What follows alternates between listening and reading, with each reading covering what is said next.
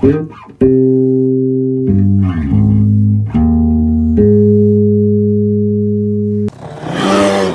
now, Grizz here, and I got something pretty cool to share today. This just came in for me to do some repair work on, but if you notice something a little different about it, it's got blue scales. This is a early Angler Deluxe or Deluxe Angler. What makes it a deluxe is, we'll see that in a minute, but you notice it's a 5-layer. A normal fisherman or angler would be 4 layers, either a corkscrew or Phillips screwdriver, with the descaler. They also made an Angler Plus that had a wood saw, or Angler Deluxe had the metal file. But we got the 5-turn corkscrew, we got the big old bail, and we've got the nickel silver fish inlay with that beautiful gold patina to it. That's just fantastic. Has the original, I'm pretty sure there's a nickel silver tweezers. Yeah, because they got a patina to them too. They're not just aluminum. That's pretty cool. Usually you see the aluminum tweezers. First up, we got that. Now, let's do it the right way. First up, we got the old 5-turn corkscrew with the fluting. Very nice. Yeah, it's a good corkscrew there. Bam. We got that rimmer. Bam. Look at that. No sewing eye on that guy. Too early for that. Next up, we got the cap lifter with the stripping notch, with the sharpened edge for stripping larger cables, flathead screwdriver. Nice snap on that tool. Everything here feels great. I don't think this thing was hardly used. Plus pack can opener with the 2D Phillips driver. Excellent. Next layer, here's something cool. These are a super cool pair of scissors. So you see that little curved area? That is for splitting lead shot, that's used as weight on fishing line. Basically, just like you could buy split shot later on, but back in the day, you could just take your own lead shot, literally lead shot for a shotgun, and you would split it in here in half. Use this notch.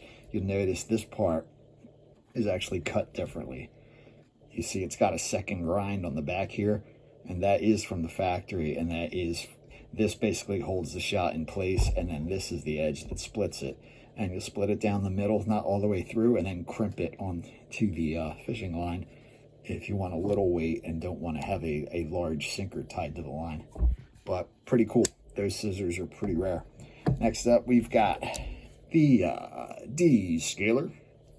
No rule marks on this. Let's see. Some of these are magnetized. I don't know this. Yeah, it is magnetized. It's lightly magnetized. It might hold a fishing hook or something like that. I don't know really what the point of it being magnetized is, but it's pretty cool anyway. Next up, we've got the metal saw, the early version of the metal saw, where the cross-cut file goes all the way to the end. Does not have the fingernail cleaning tip on it. It's got the file and the edge for cutting soft metals. Next up, we got that clip blade, and here's why she's in the shop. I gotta bring this, I'll bring the clip down a little bit and then bring the tip up to meet it, and then I'll put a swedge on it, and you won't even be able to tell that was broken unless you hold it up next to another one, but it'll look fantastic. And then here is the main blade. Bam. Victoria stamp, 4-line on the front. And this blade, I mean, it's got a chunk. I got to fix that chip in it. Somebody used the blades. They didn't use another tool on this thing. All the other tools are untouched except for the blades. Not uncommon, though.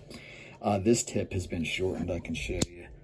You can see it doesn't come quite to the end. Somebody's done some kind of work. Luckily, it was very subtle. They either did a good job or just barely broke the tip off and were able to fix it easily. But I'll fix that chip and clean it up a little bit, and she's going to be a beaut.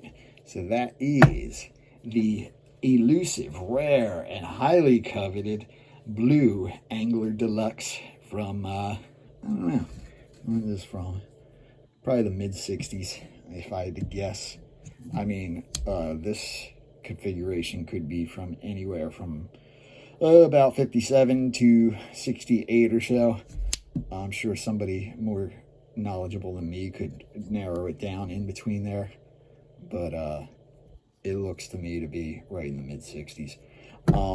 Anyway, they're super cool. These are hard to find. They're highly collectible just because they're blue and they have the inlay. Them and the blue Cadillac or whatever it is. They're two super rare models that are really cool to see. So it's cool just to get to see one and check one out, because this is the first one I've seen personally.